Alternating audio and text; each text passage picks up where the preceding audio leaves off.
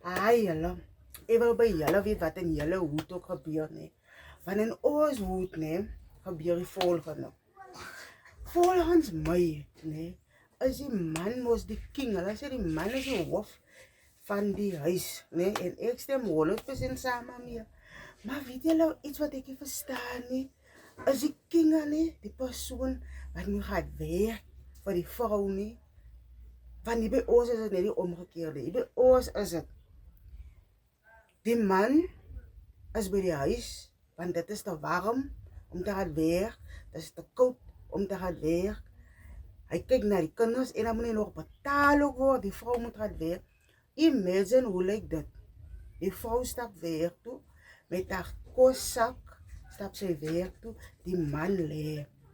En dan is die ander ding ook nog, die man, wat ek nie verstaan nie, ek probeer het verstaan, daar staan die man nog in die olpijlijn, moet die kinders een kaart, sy olpijkaart, ek kan nie dit verstaan nie, mense, wat gebeur in julle hoed, is dit reg, of verstaan ek maar net die besigheid verkeerd, asseblief, ek is baie lief vir ons manne, maar ons manne raak nou, ek kan nie verduidelik julle vir my verder man, peace.